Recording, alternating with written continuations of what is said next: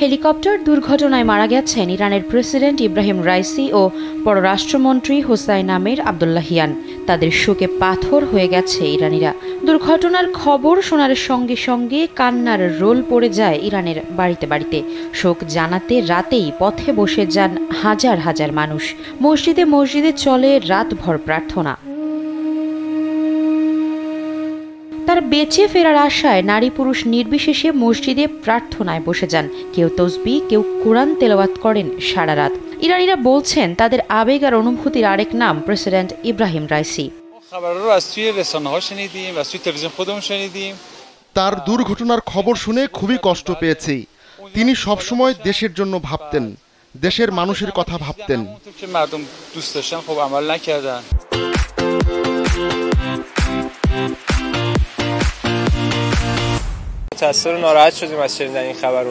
রাইসির আমলে বেশ ভালো আছি আমরা। তাকে দেশের কেউ খারাপ বলতে পারবে না। এর আগে ইরানের প্রেসিডেন্টের জন্য দেশবাসীকে দোয়া করতে বলেন দেশটির সর্বোচ্চ নেতা।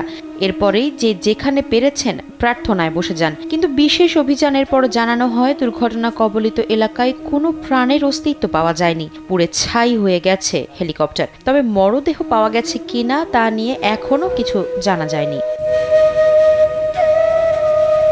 দুর্ঘটনার ঠিক কিছুটা আগ মুহূর্তের একটি ফুটেজ সামাজিক যোগাযোগ মাধ্যমে ছড়িয়ে পড়েছে।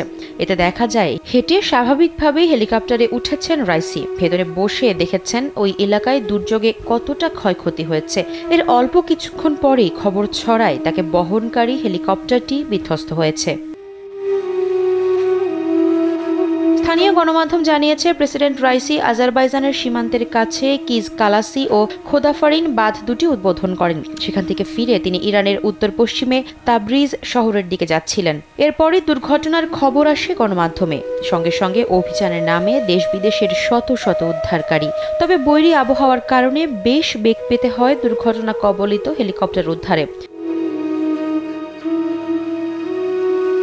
দীর্ঘ 16 ঘন্টা পর হেলিকপ্টার বিধ্বস্তের লোকেশন জানা যায়, কিন্তু কেউ বেঁচে নেই বলে জানানো হয়। আফসারা নাজ, কালবেলা ডেস্ক।